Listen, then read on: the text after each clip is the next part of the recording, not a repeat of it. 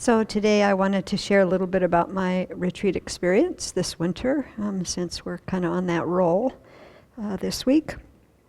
I guess the first thing I would say is that every year the flavor of the retreats are so different, but I think without fail, all of us grow and learn something about our minds, which is kind of the point.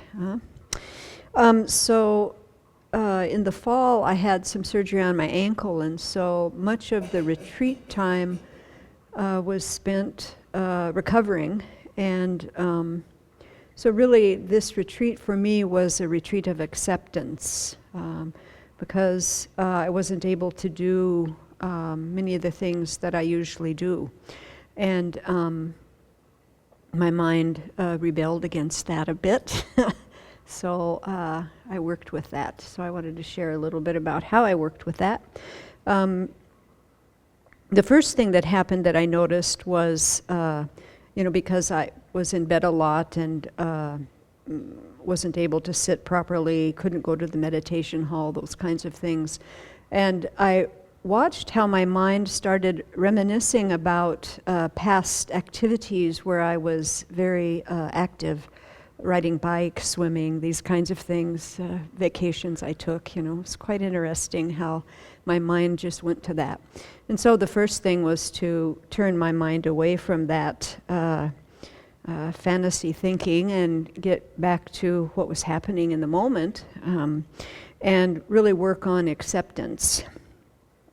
And so I used Tsongkhapa's Lamrim Chenmo to help me with this. And so I used the chapter on fortitude or patience, developing patience or fortitude. And so one of the points is developing the patience of accepting suffering.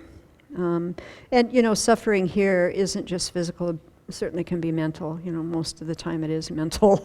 So, and so there were three parts to this point in the Lamrim, developing the patience or fortitude of accepting suffering. The reason we must definitely accept suffering, the way to develop acceptance, and then a detailed explanation. And so he cites Shantideva in Engaging the Bodhisattva Deeds, who states the causes of happiness sometimes occur, whereas the causes of suffering occur frequently.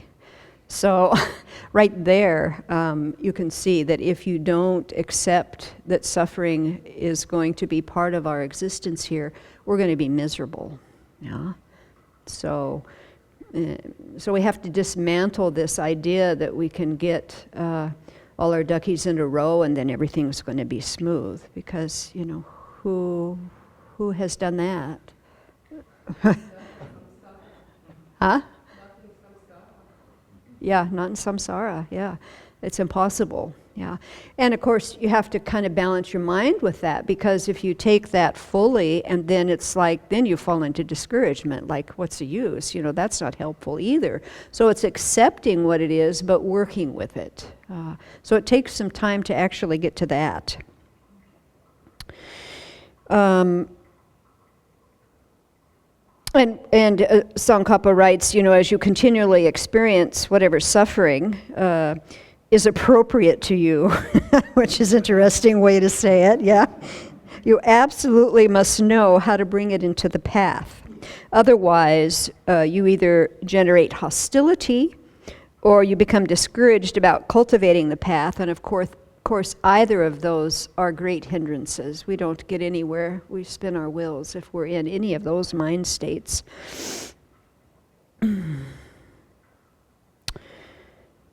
And he reminds us also that whatever suffering we experience is caused, we have created the causes for that. And again, we have to balance that. At least I do in my mind.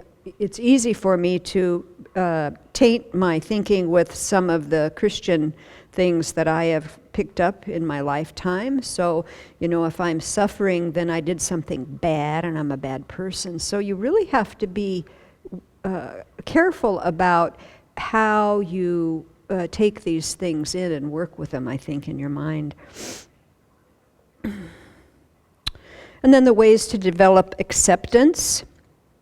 So there's two. So the first one is rejecting the idea that when suffering occurs, it is absolutely unpleasant. So this is an interesting one.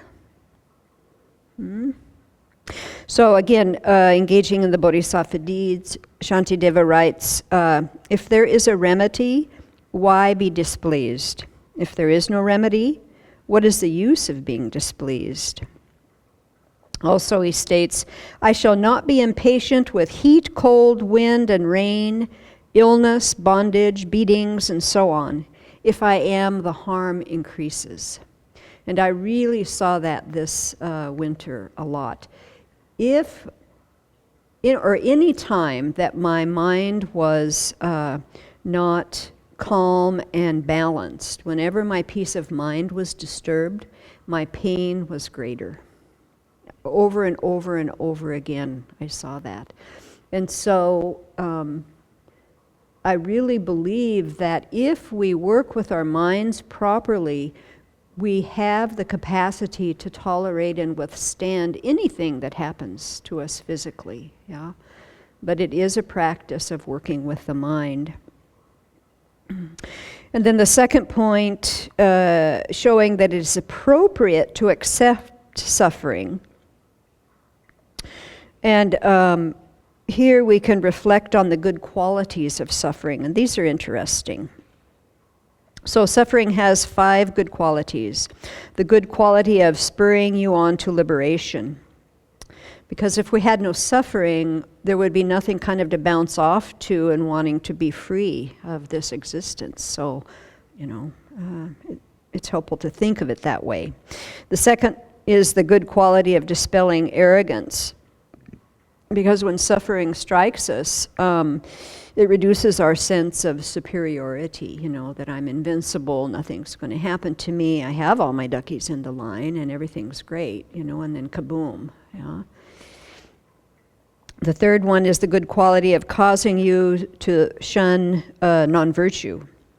So, again, whenever we experience suffering, it's because of the causes that we've created, the non-virtuous causes we've created in the past. And so remembering that then, that keeps us from bringing our attention outward, I'm in a suffering because of you or because of this, it stops that looking outward for the causes of our suffering.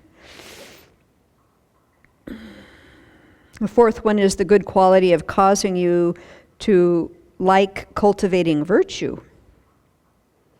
So again, this is just kind of logical. If I'm suffering and I don't want to suffer, and I don't, none of us do, this is true for every living being, we want happiness. Well, how do you accomplish that? Well, you have to create the causes for it. And so, in this life, I'm experiencing what I've created in past life. And there's not a ton I can do about that. I can work with my mind, certainly, but things are going to arise.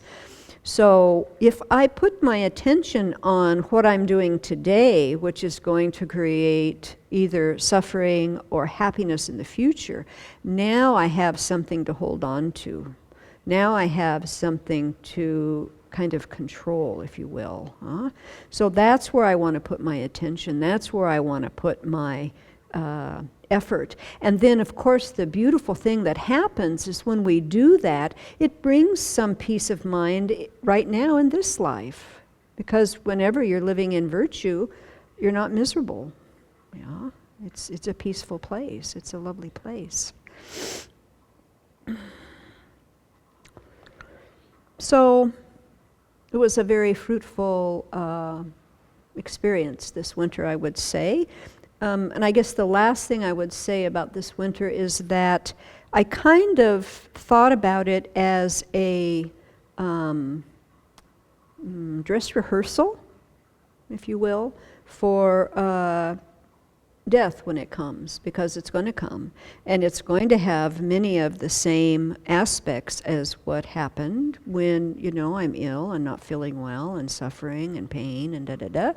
And so how I work with my mind whenever I am sick is going to support my practice when I am in the process of dying. And so we can think of it as a good opportunity whenever we're sick to, how am I going to work with my mind? If I can't work with my mind when I have a slight suffering, how am I going to work with when death comes? So these are times when we can really take these onto the path and then gain some confidence that we can manage our mind no matter what happens to us, because we can. That's what the Buddha taught, and that's what many of the highly practiced, highly realized ones have shown us over and over again. And we are no different. We are no different. So may we keep this in our minds as we experience the suffering of this world, the suffering of this life, and keep our minds steady and our hearts open and our compassion to ourselves and to others very vibrant for the benefit of all.